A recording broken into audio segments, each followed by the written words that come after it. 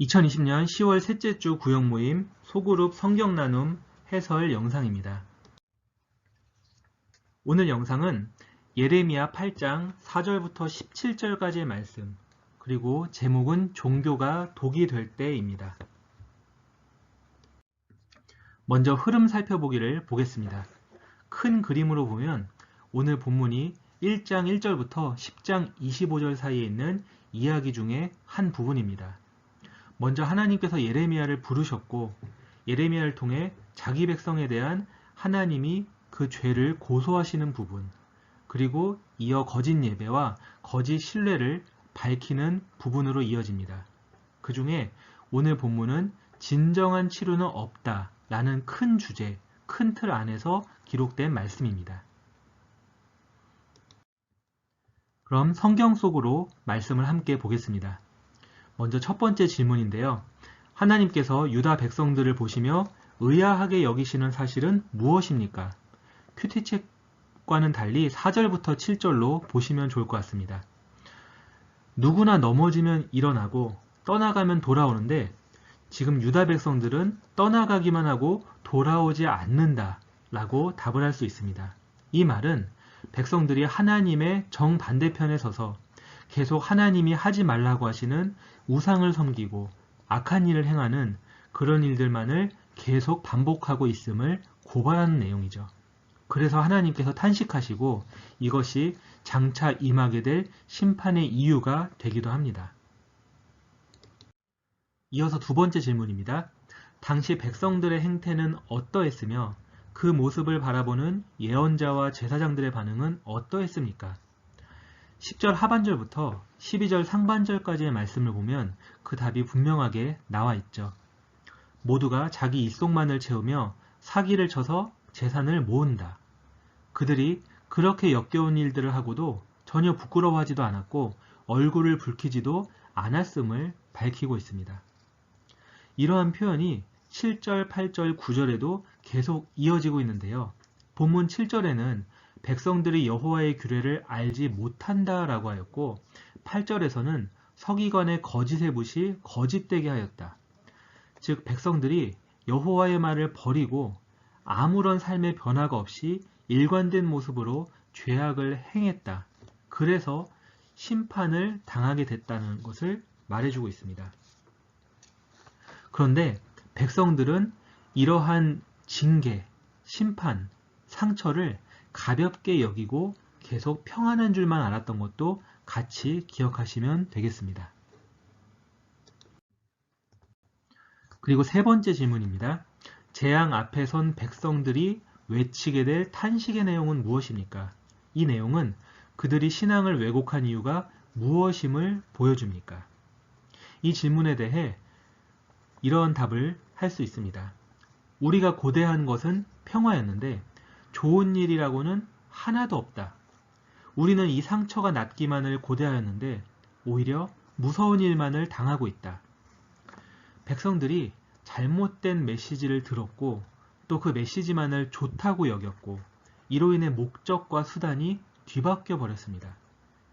잘못된 목적을 가지고 살아가게 되었고 잘못된 기대를 가지고 살아가는 것이 결국 신앙의 왜곡을 불러 일으켰습니다. 오히려 평안하다, 잘 될 것이다, 긍정적인 마음을 가져라, 축복이 있을 것이다. 이런 사탕발림 같은 메시지만이 가득했고 당시에 이것이 백성들의 마음을 현혹시켰죠. 예레미야가 외쳤던 또 하나님의 마음과는 정반대되는 메시지였습니다. 예레미야는 계속해서 여호와께 돌아와야 한다. 그렇지 않고 지금처럼 죄악만을 계속 일삼으면 반드시 심판당할 것이다. 이것을 외쳤죠. 이러한 상반된 메시지, 또 목적이 바뀌고 신앙이 왜곡됐다는 사실을 함께 기억하시면 되겠습니다. 그렇다면 삶을 향하여 오늘 질문이 한 가지인데요. 동물이나 보통 사람들보다 하나님 백성의 삶이 더 악하다는 하나님의 탄식과 비슷한 감정을 느껴본 적이 있습니까? 우리가 그런 상황에 빠져들지 않기 위해 필요한 것은 무엇일까요? 우선 하나님 백성의 삶이 더 악하다 이런 모습이 성경에 여러 번 등장합니다. 구약에 보면 창세기 6장부터 8장에 노아가 함께 있었던 시대에 하나님이 홍수 심판을 내리십니다. 물로 이 세상을 쓸어버리는데 그 이유는 당시에 사람들의 생각, 말, 행동이 모두 악했기 때문이죠. 뿐만 아니라 사사시대에 보면 각자 자기의 소견에 옳은 대로 행했던 이러한 모습이 계속 나오고 있습니다.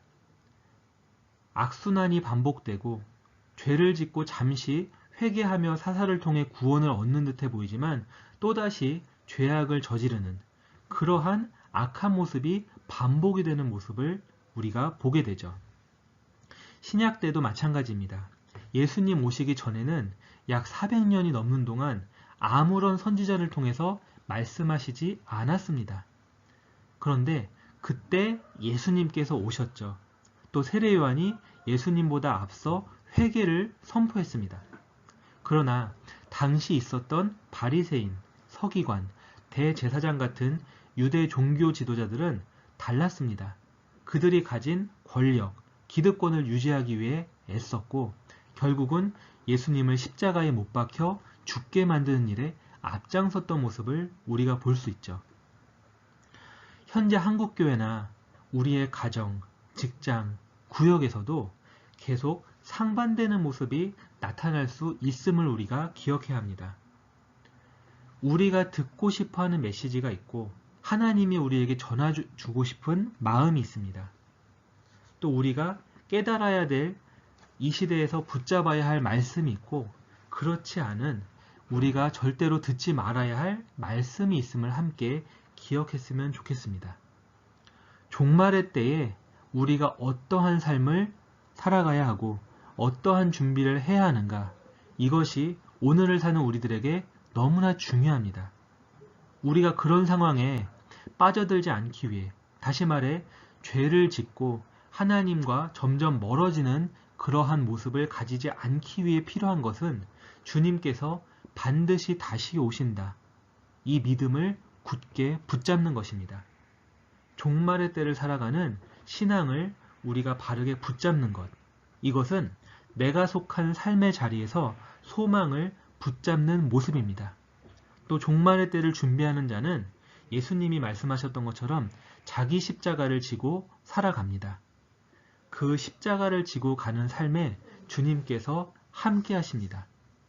이러한 사실을 기억하면서 구역에서도 우리가 함께 나누는 것이 무엇인지, 어떤 메시지를 듣고 어떻게 살아가기를 원하는지, 또 어떻게 다짐하고 이 종말의 때에 소그룹 구역 공동체가 어떠한 역할을 감당해야 하는지, 이러한 사실을 함께 나눠보는 시간이 되었으면 좋겠습니다.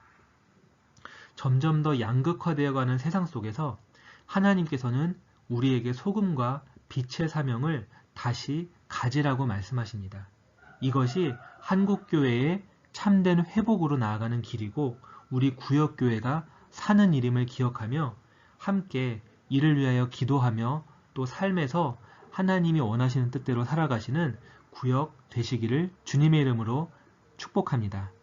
이상으로 10월 셋째 주 소그룹 성경 나눔 해설 영상을 마치겠습니다.